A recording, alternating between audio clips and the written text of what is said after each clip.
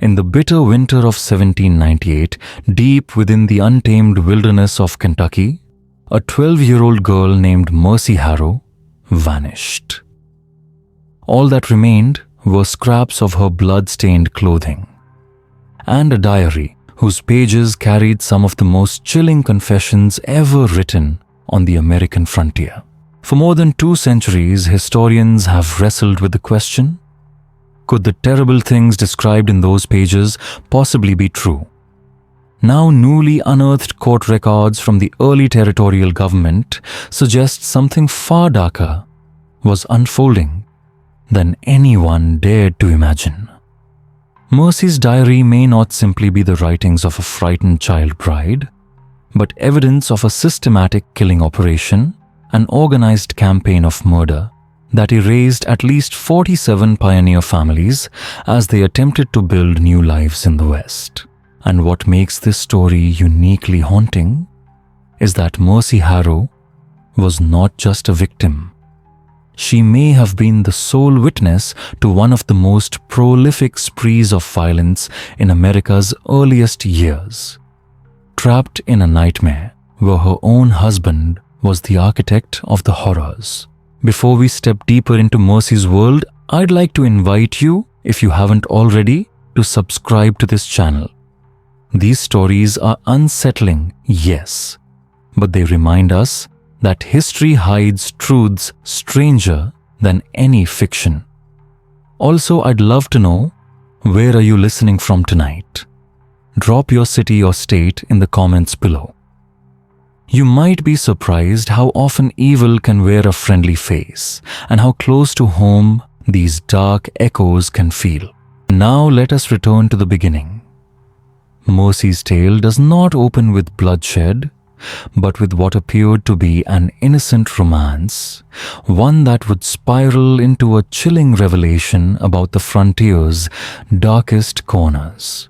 Kentucky in 1798 stood on the edge of civilization. Its rolling hills and fertile valleys promised prosperity, drawing wave after wave of settlers westward along the infamous Wilderness Trail.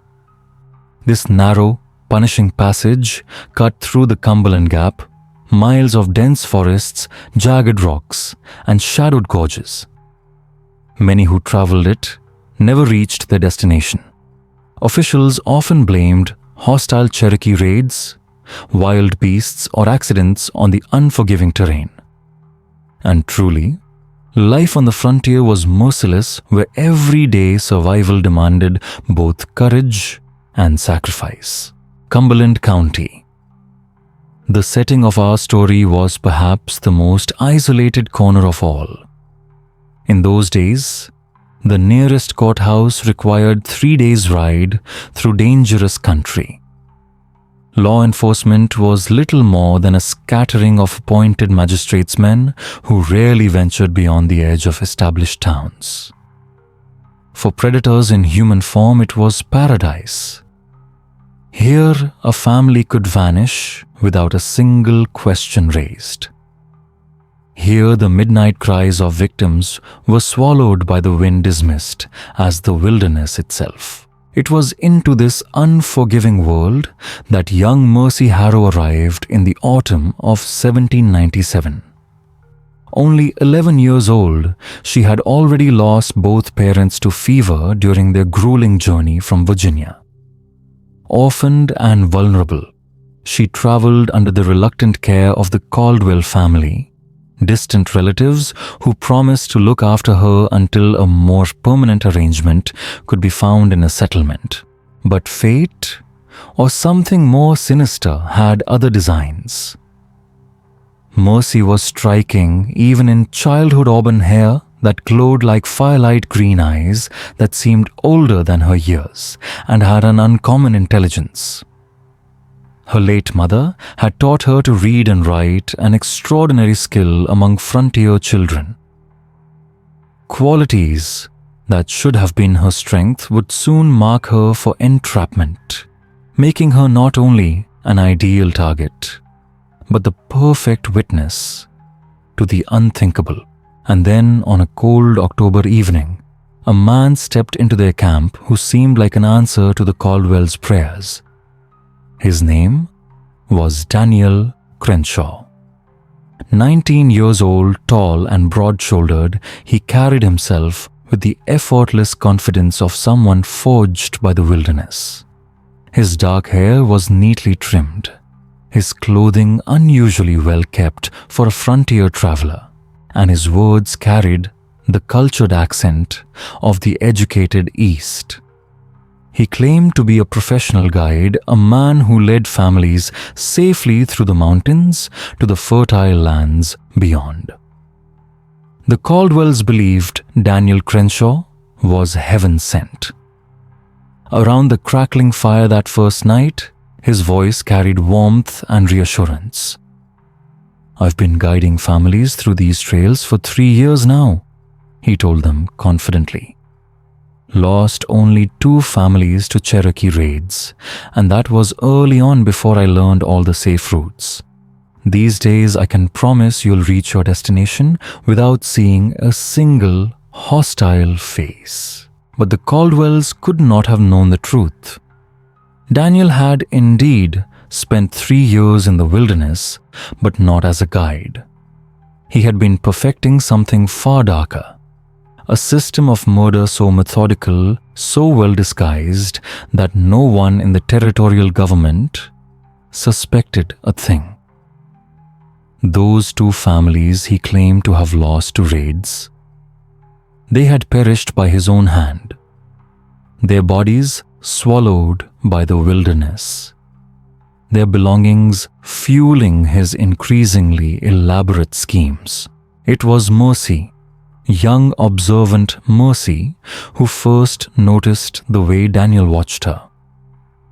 During supper on his second day with their group, while the adults traded talk of routes and provisions, she felt his gaze settle on her with an intensity she could not explain.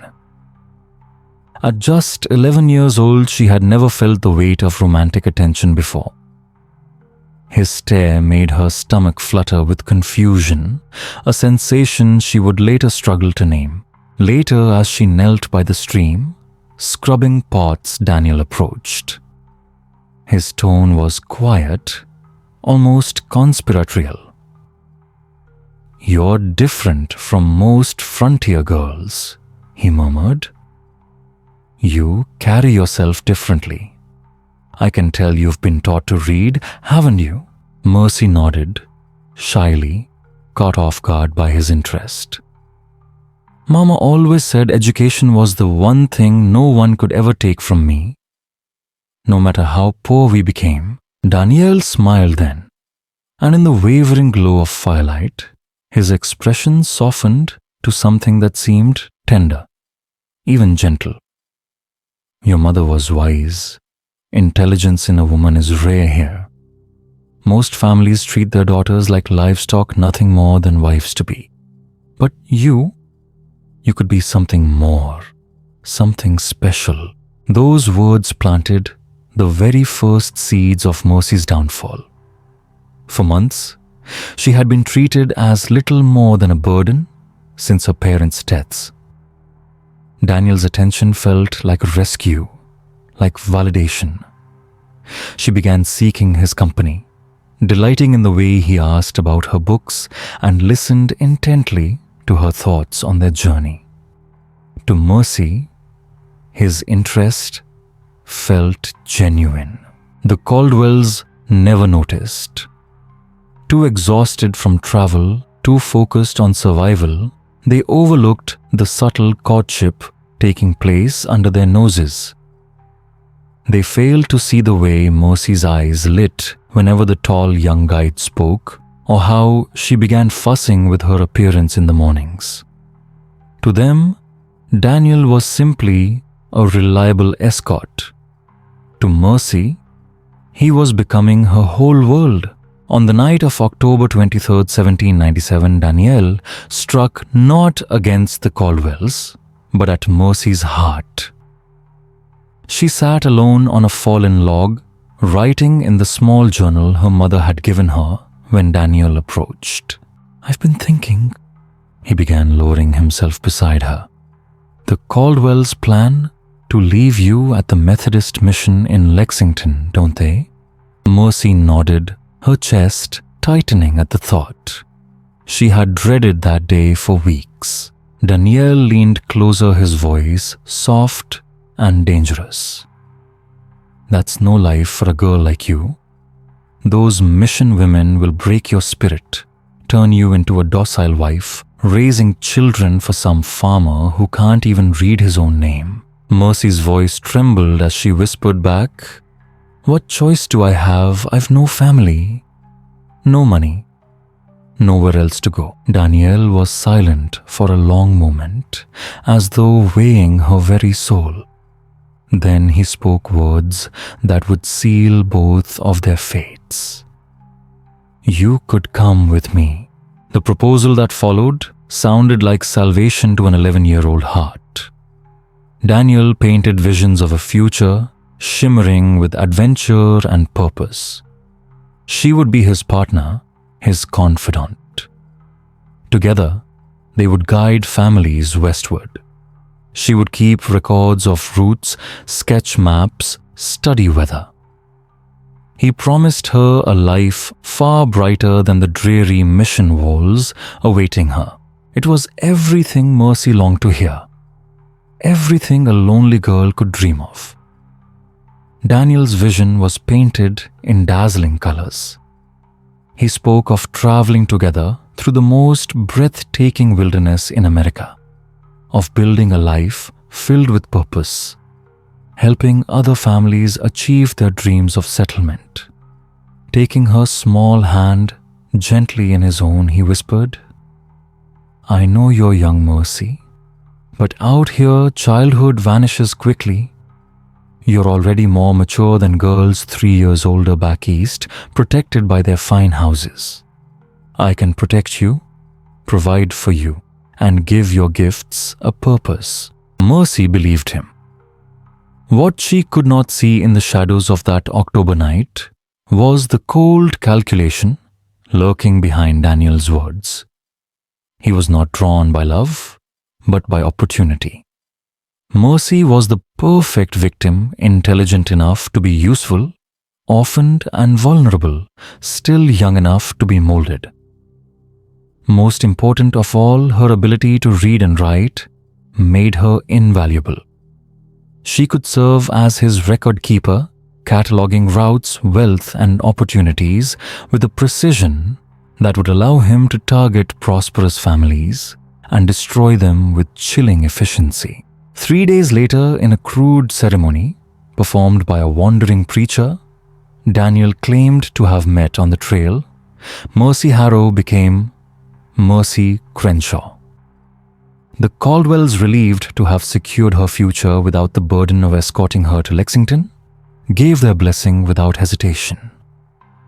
They even parted with some of their scarce supplies as a wedding gift, unwittingly fueling the monstrous enterprise that was just beginning. On that frosty autumn morning, Mercy believed she was the luckiest girl alive. Within 2 months, she would be pregnant. Within 6 months, she would uncover the horrifying truth about her husband.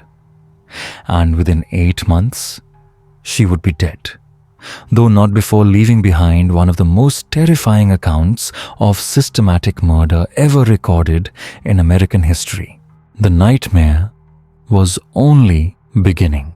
Mercy's diary describes that first winter of marriage as something almost too beautiful to be real. Daniel built them a snug cabin, tucked away in a hidden valley about 15 miles from the wilderness trail. Surrounded by towering oaks and jagged cliffs, the home was invisible to passing travelers. Daniel told her it was perfect, close enough to the trail to meet families in need, but remote enough for privacy and safety. Mercy embraced her new role as frontier wife with eager devotion. She filled page after page with her careful handwriting, documenting weather patterns, charting which passes remained open, even noting animal migrations that hinted at safe campsites. Daniel praised her, constantly telling her she had a gift for detail that would make their guide service the best on the trail. With your records, he told her, by candlelight, we'll be able to choose only the finest families, the ones who can pay for true quality. During those long, firelit evenings, Mercy fell completely under his spell. Daniel told her he had studied in Philadelphia before coming west, and he shared with her books he claimed to have carried all the way from the city. Together, they read Shakespeare's sonnets, verses from the Bible, even fragments of philosophy sweeping across Europe. For a young girl who had feared her mother's lessons would be her last taste of learning, these nights felt like paradise. By December, Mercy's joy was complete. She was with child. At only 12 years old, she felt certain she could meet the demands of motherhood, especially with Daniel's steady encouragement. He was tender in those months, preparing teas for her morning sickness, rubbing her swollen feet after long days. He seemed every bit the devoted husband she had dreamed of. But as the snow melted into spring, small doubts crept into her mind. Daniel often vanished for days, claiming to scout new routes for the wave of settlers who would soon arrive. Yet, despite Mercy's growing knowledge of the land, he never invited her to join him. And when he returned, he always carried goods, flour, salt, sometimes luxuries like real coffee or fine sugar. His explanations were vague. A merchant's wagon broke down. I traded furs with a Cherokee chief. Mercy recorded these details in her diary. At first, she accepted them. But with each unexplained trip, each evasive answer, her unease grew.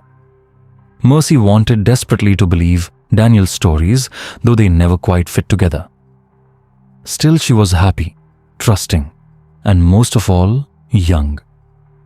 Then, in April of 1798, the first real test of their guide service appeared at the cabin door. The Harmons, a family of 5 traveling from North Carolina, were searching for farmland in Kentucky's bluegrass region. They were exactly the kind of people Daniel had described to Mercy hard workers carrying just enough money to afford a guide, but not enough to hire armed protection. Mercy was thrilled. At last, their new life was truly beginning. But something about Daniel's behavior unsettled her. He kept Mr. Harmon aside for long private conversations, prying into details of their finances, their destination, even their plans after parting ways. And he insisted Mercy stay hidden indoors, saying, "Your pregnancy makes it improper for you to socialize too freely. People might judge me harshly, thinking I lack sense." It sounded reasonable. Yet from her cabin window, Mercy watched Danielle lead the Harmons away, and unease gnawed at her heart. 2 days later, he returned alone. His explanation: the Harmons had chosen to travel with another group, but Mercy noticed things. A silver pocket watch, a woolen shawl that wasn't hers, a child's toy horse. "Did they pay you?" she asked quietly. Daniel's reply was sharp. "They were generous," said my knowledge of the trail was worth every penny. That night, while he slept peacefully beside her, Mercy lay awake listening to the forest. In her diary, she confessed, "Something has changed. I tell myself it is only the strain of beginning our business. But what if the man I love is not the man I thought? Friends, what do you think?" Was Mercy imagining things, or had she already glimpsed Daniel's true nature? Let me know in the comments. Her question would soon be answered in the most horrifying way possible. The second family arrived before April ended. The Pritchards were nothing like the Harmons. They were wealthy merchants from Richmond traveling with 2 wagons stuffed with fine goods and a heavy strongbox Mr. Pritchard did not bother to hide. They hired Daniel precisely because his name carried a growing reputation among migrants. But almost immediately, Daniel's mask slipped. He forbade Mercy from meeting them at all, claiming her pregnancy had taken a dangerous turn. When she protested, he cut her off with a voice that turned her blood cold. "You will do as I say, Mercy, without question. There are things about this work you cannot understand. Your role is to trust me and obey." The harshness of his words silenced her. Yet Mercy still watched from the small cabin window, and what she saw over the next 3 days filled her with dread. The questions Danielle asked were the same as before, about money travel plans and whether anyone back east awaited word from them. But now his interest was sharper predatory. Mercy realized he wasn't guiding these families. He was studying them, measuring them. One night, Mercy overheard Mrs. Pritchard confide over supper. "My husband has letters of introduction in Lexington. We hope to buy land before winter." Danielle's reply was polite, but Mercy could hear the coldness beneath it. Wise planning. "And of course, your relatives back in Richmond will be eager for news of your arrival." Mr. Pritchard only laughed. "Oh, we've no family left in Virginia. That's why we're moving west to start fresh with no one depending on us." Mercy's heart clenched. In her diary, she would later write, "It was in that moment I knew. These people would not survive Daniel Crenshaw." That night, Mercy lay awake listening to the forest, but she was not alone in her vigilance. Outside the cabin, long after the Pritchards had retired to their wagons, Daniel moved silently through the shadows.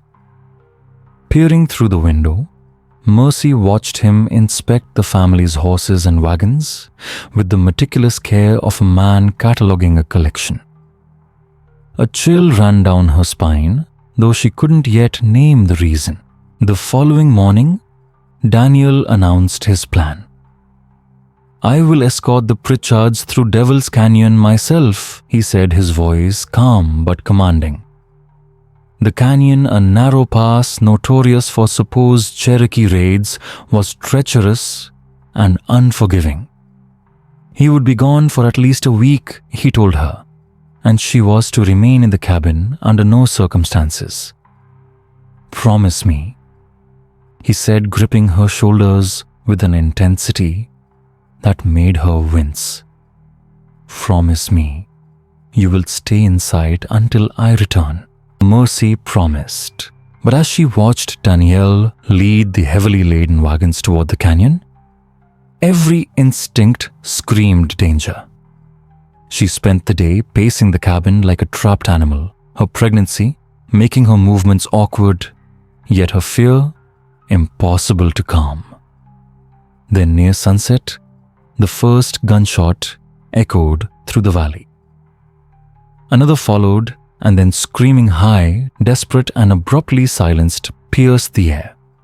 For 10 agonizing minutes, the forest was filled with chaos, before silence fell like a suffocating blanket. That night, Mercy huddled in the cabin with Daniel's rifle across her lap, jumping at every whisper of wind or snap of a twig.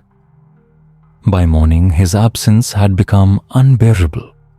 She made a decision that would change the course of everything she would venture toward Devil's Canyon to see what had happened. The trail was easy to follow. Wagon ruts and hoof prints marked the Pritchards' passage. But 2 miles from the cabin, Mercy stumbled upon a sight that froze her blood. Hidden behind a massive boulder was a makeshift camp, clearly used repeatedly. Ash from multiple fires, frayed ropes, evidence of restraint, and scattered personal belongings confirmed the horror she had been too afraid to imagine.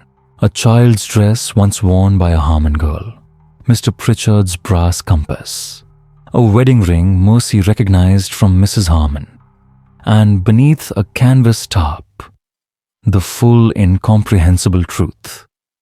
Daniel Crenshaw kept trophies, not just valuables, but intimate personal items telling the story of systematic murder locks of hair tied with ribbon. Photographs of families, toys, and worst of all, letters penned by his victims. Their final words preserved in trembling handwriting. One letter read, "To whoever finds this, my name is Margaret Harmon, and we were murdered by our guide Daniel Crenshaw on April 12, 1798. He promised safe passage but led us into an ambush. He is not alone. Tell our families in North Carolina that we died loving them." Mercy's heart sank. She felt her baby kick inside her, a cruel reminder of her own entrapment. The full scope of the nightmare unfolded in her mind. She was carrying the child of a monster, trapped in a wilderness with no one to trust. And most horrifying of all, she realized why Daniel had coveted her so fiercely. Her intelligence, her ability to read and record, made her an unwitting accomplice in his crimes. Every detail she had documented: the weather, the trails, the family's finances, was now being weaponized. Every note, every observation she had meticulously recorded helped him plan his next killings with cold precision. Mercy Crenshaw was not a wife. She was a silent accountant of death, and the clock was ticking. She faced a choice that could mean life or death: continue to serve as his instrument, or find a way to stop him before he struck again. Friends, imagine standing in Mercy's place, alone, pregnant, realizing your husband is a murderer. What would you do? Share your thoughts in the comments. And if this story has gripped you as much as it has me, don't forget to subscribe to the channel so you won't miss the next chapter of this chilling frontier tale. The sound of horses approaching sent Mercy's heart into a frenzy. Her decision had come sooner than she expected. She scrambled to cover the evidence near Devil's Canyon Heart, hammering, barely making it back to the cabin before Daniel appeared on the trail. He led the Pritchards' horses, but not the family.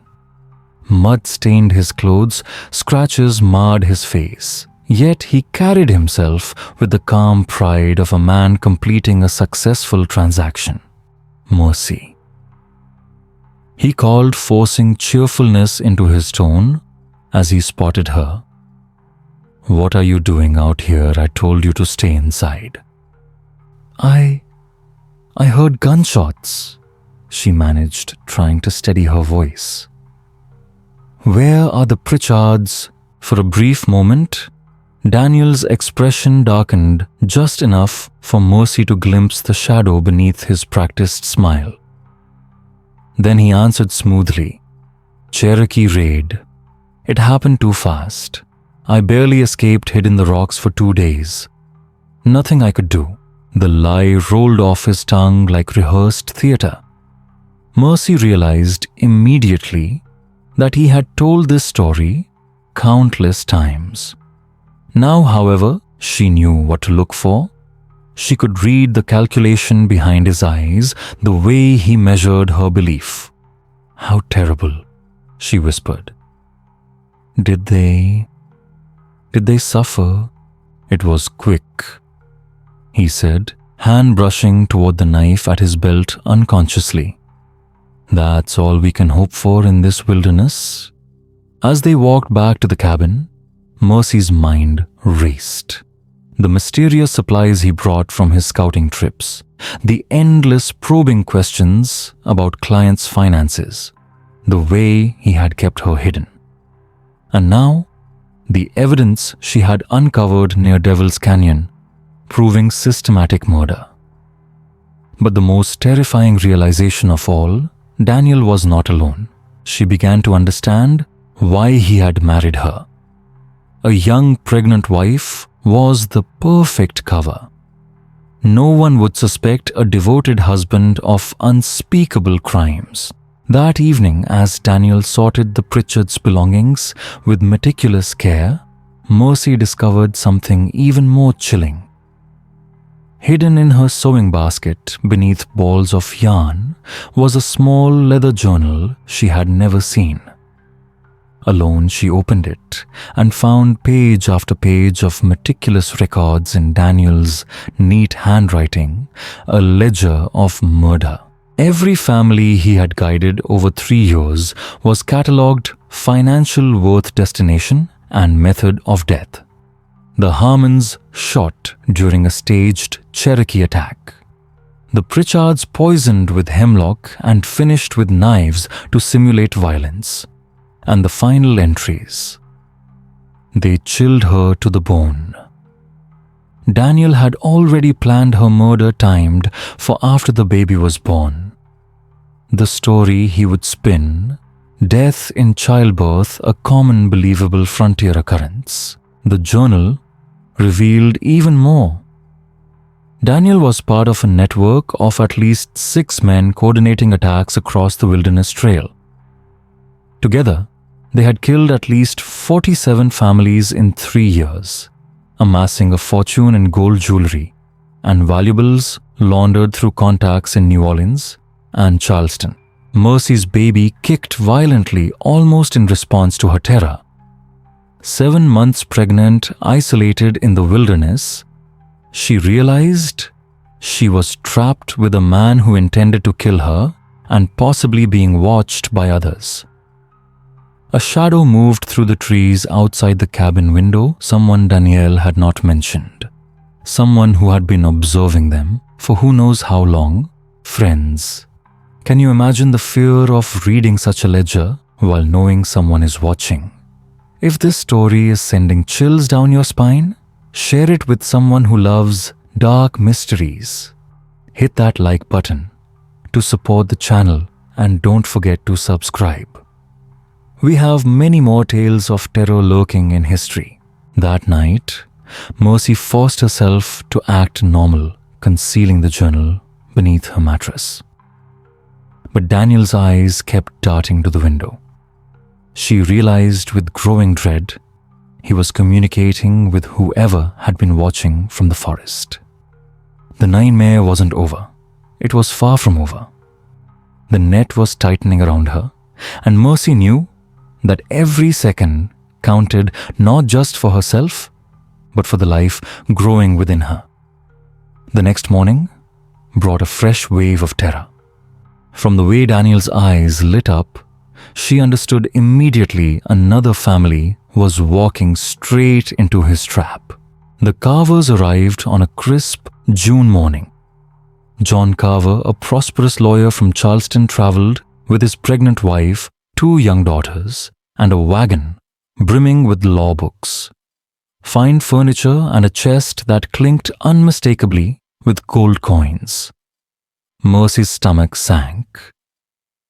Daniel's gaze lingered on their wealth, but there was something more: chilling hand signals exchanged between him and shadowy figures moving silently through the trees. The network was mobilizing for what would be their most profitable kill yet, a Mr. Carver. Daniel said, flashing his practiced charm, "You've arrived at the perfect time. With 2 expectant mothers, will take extra precautions and ensure a safe passage to Lexington." As the family set up camp near the cabin, Mercy felt the full weight of helplessness. Weeks of planning her own escape had never prepared her for this, watching innocent people walking into certain death. The Carver children aged 8 and 10 laughed and played near the stream, unaware that they might only have hours left to live. Sarah, the eldest, reminded Mercy painfully of herself at that age, curious, bright, and full of innocent wonder. "Are you really only 13?" Sarah had asked earlier, eyes wide with admiration. "Mama says I won't be ready for marriage for years, but you seem so grown up and wise." The words cut Mercy to the bone. 8 months ago, she had walked down a similar path of trust and hope, believing in Daniel's promises. Now, she saw the fragility of innocence in the harshest frontier light. Throughout the day, she watched Daniel weave his deadly charm. He regaled the carvers with tales of past successes, displayed his detailed maps, and instructed them on the safest routes with all the authority of a man who had truly guided families. Even Mercy found herself momentarily swept into the illusion of his expertise. Yet beneath the surface, his preparations for murder were precise. His scouting trips around the camp were reconnaissance missions. His questions about the family's wealth were intelligence gathering. His insistence on an early departure was designed to isolate them before any witnesses could arrive. That evening, as both families sat near the campfire, Mercy spotted a fragile opportunity. When Mrs. Carver complimented the stew and asked for the recipe, Mercy spoke casually, "I'd be happy to write it down for you, but I use a special herb that grows only in these mountains. Let me show you where to find it." Danielle's eyes narrowed, but Mrs. Carver, blissfully unaware, followed Mercy toward the stream. Whispering urgently, Mercy explained what she had uncovered about Daniel's true nature. At first, Mrs. Carver shook her head, assuming the young woman's fear stemmed from pregnancy. But then Mercy revealed the pages she had torn from the hidden journal, exposing Danielle's meticulous records of systematic murder. "My God," Mrs. Carver whispered, her hands trembling. "How many families? How long has this been happening?" "3 years at least," Mercy said softly, glancing back toward the cabin. "Maybe longer? Your family isn't random. Daniel chose you wealthy, traveling alone with no one in Charleston, expecting letters." Mrs. Carver's face crumpled in horror. "The children, we have to warn my husband," she whispered. "No," Mercy interrupted, firmly gripping her arm. "Danielle is not alone. There are at least 3 others watching us. If you act suspicious, they'll kill everyone immediately. We need a different plan." Friends, imagine the fear, watching innocent families walking into a trap while knowing the killer's network surrounds you. What would you do in Mercy's place?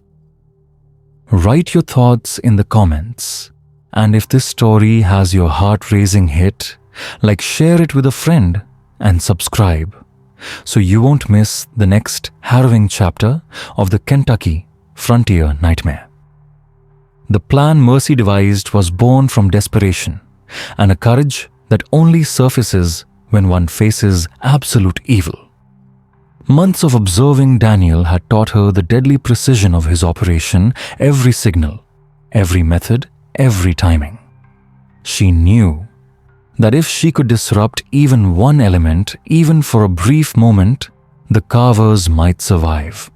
"Listen carefully," Mercy whispered, her voice barely audible over the rustling leaves. "Danielle will insist on leaving at dawn, taking you through Devil's Canyon, where attacks are almost always fatal. But tonight I will create a diversion.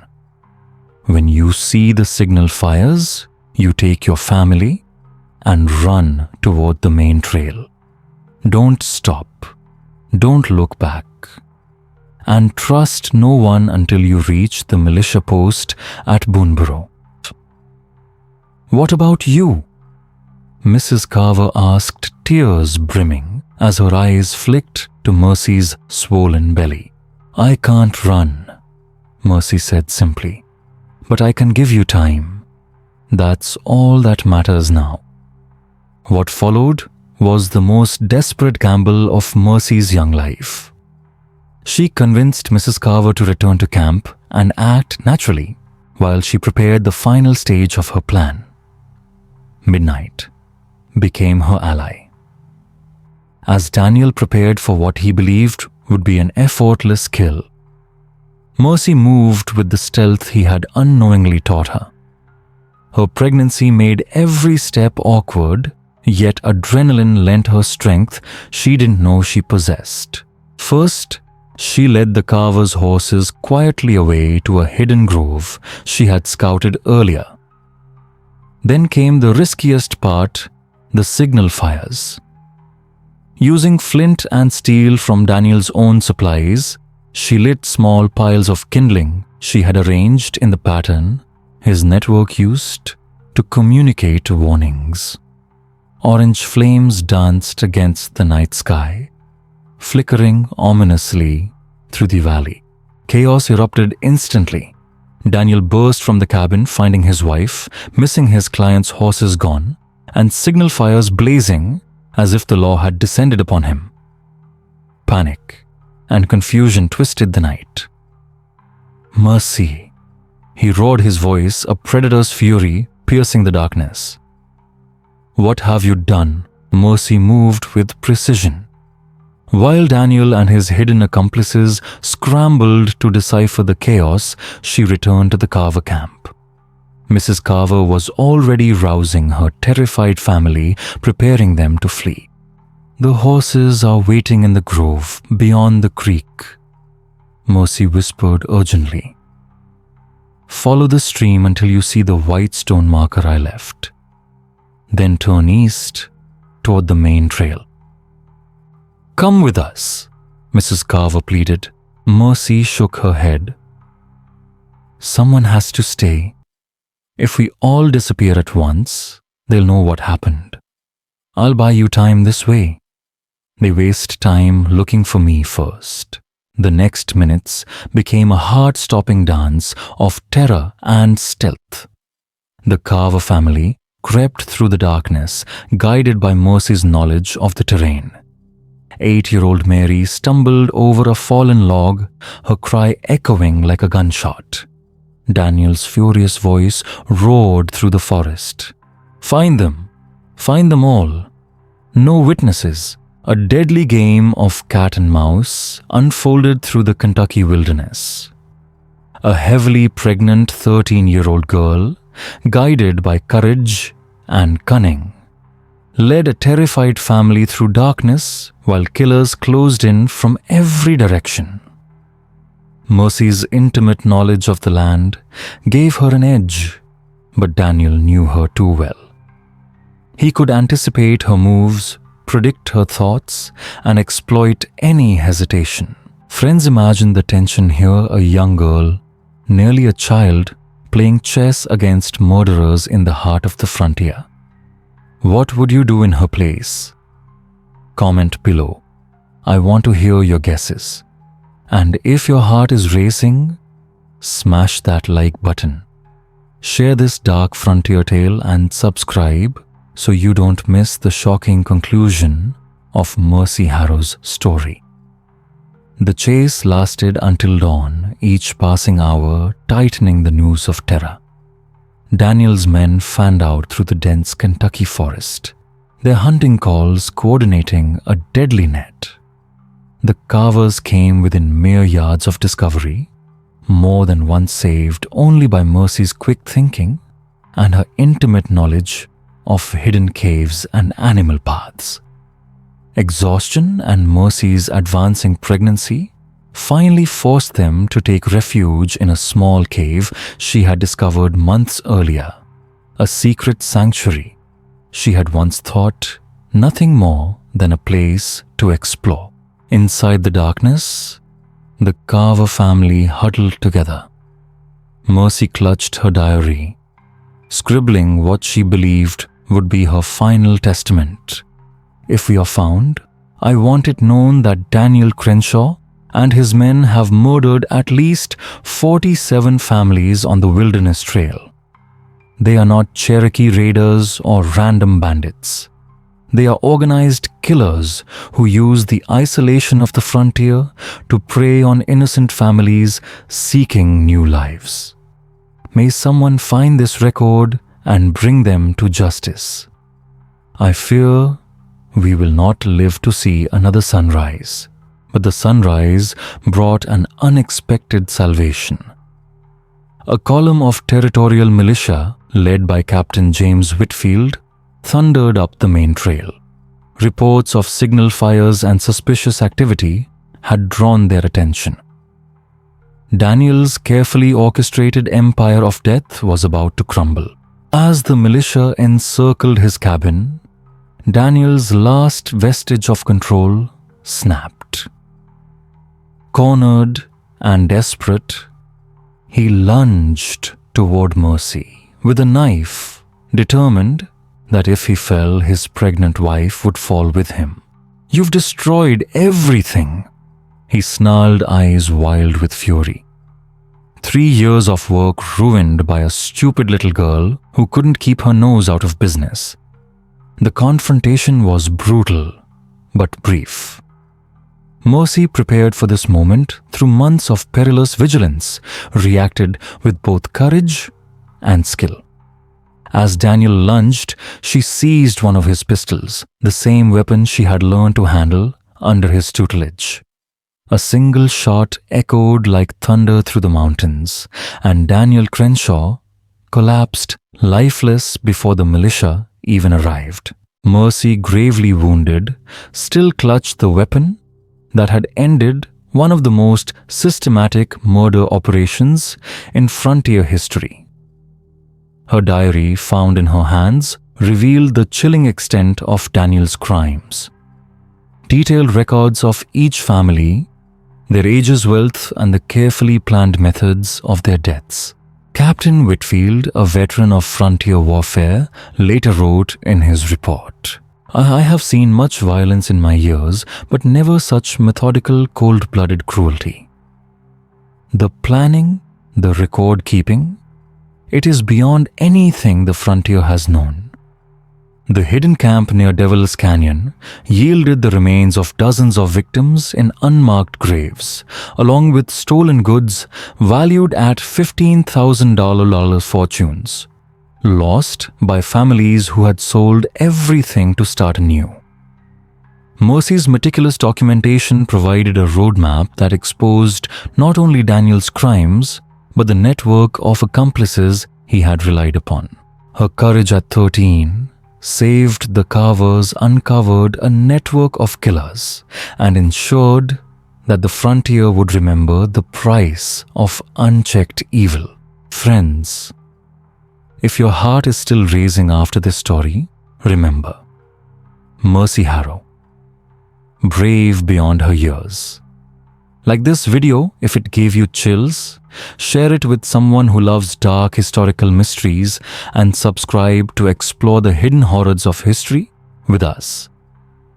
The record Mercy had uncovered revealed an organization so meticulous it stunned even hardened militia officers. Daniel Crenshaw's journals contained detailed maps of attack sites, precise schedules, coordinating multiple killers, and contingency plans for disposing of evidence if their primary methods failed. It was a level of cold calculation that made the frontier seem darker than anyone had imagined. When Mrs. Carver took the stand in Lexington, her voice trembling and her hands shaking, she recounted the final hours of Mercy's life. She described a 13-year-old pregnant and alone in the wilderness, risking everything to save her family, with courage and intelligence far beyond her years. As she spoke, jurors wept openly, and when her testimony concluded, the courtroom erupted in applause, a rare, poignant acknowledgement of heroism amidst horror. The investigation that followed Mercy's sacrifice led to the arrest of 7 men tied to the network, though authorities suspected at least 3 had fled to other territories. Under interrogation, the captured killers revealed a campaign of systematic murder, spanning multiple states far larger and more terrifying than anyone had imagined.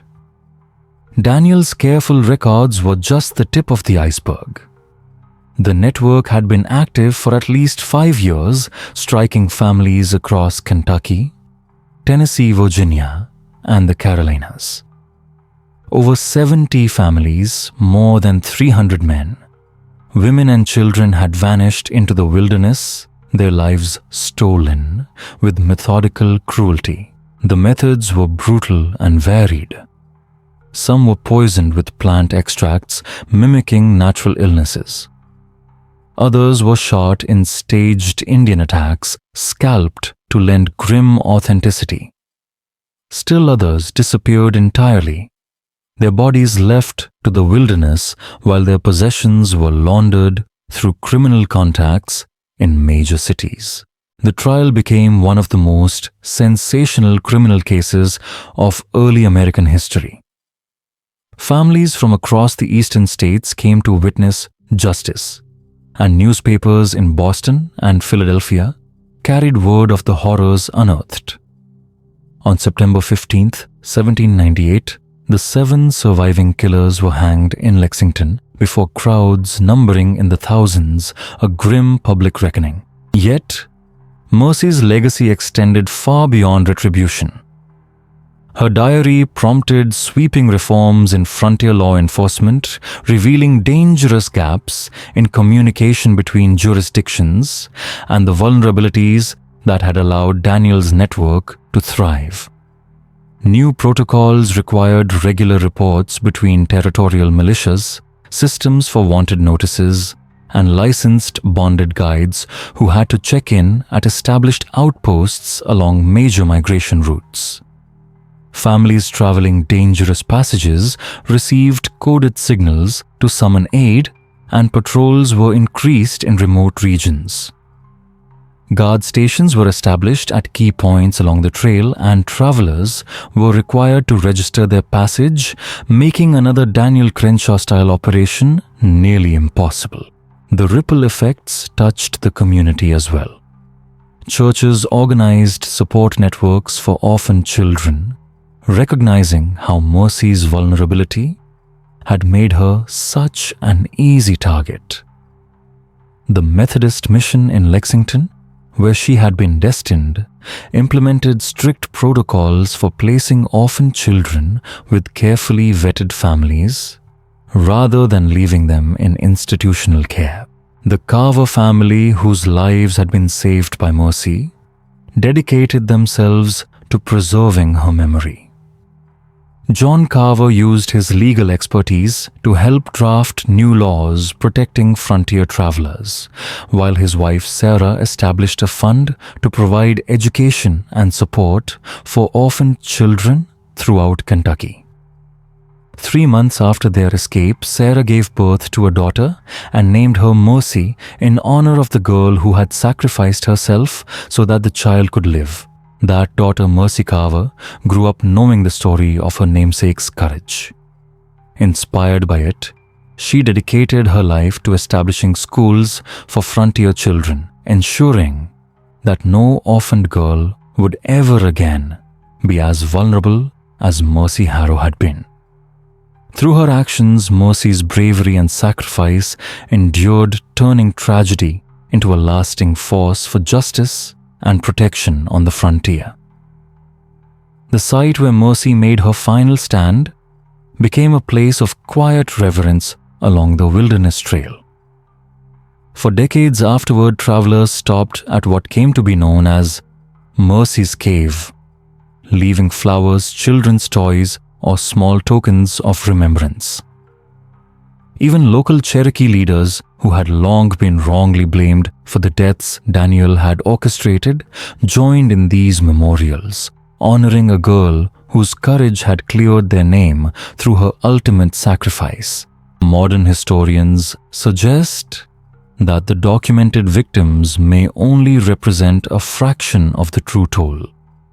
Daniel's network had been growing more sophisticated carefully selecting targets and disposing of evidence with precision planning, to expand along other major migration routes such as the Great Indian Warpath through Virginia and the Federal Road through the Southeastern Territories.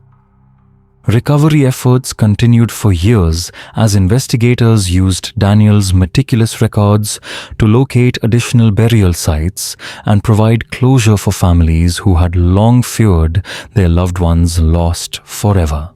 The investigations also revealed the broader criminal networks that sustained such operations. Daniel's accomplices had ties to corrupt merchants in New Orleans, Charleston, and Richmond, who helped convert stolen goods into cash.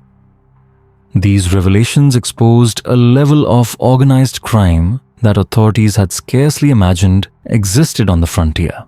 Yet, for all its historical significance, Mercy Harrow's story has largely faded from mainstream American memory.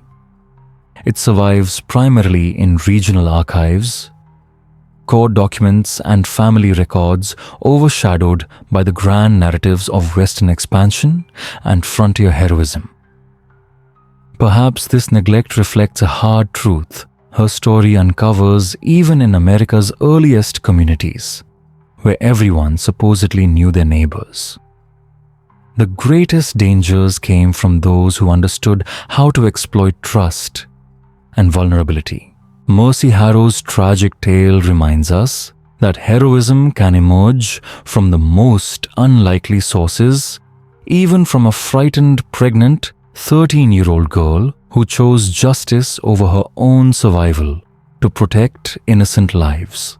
What do you think of this story?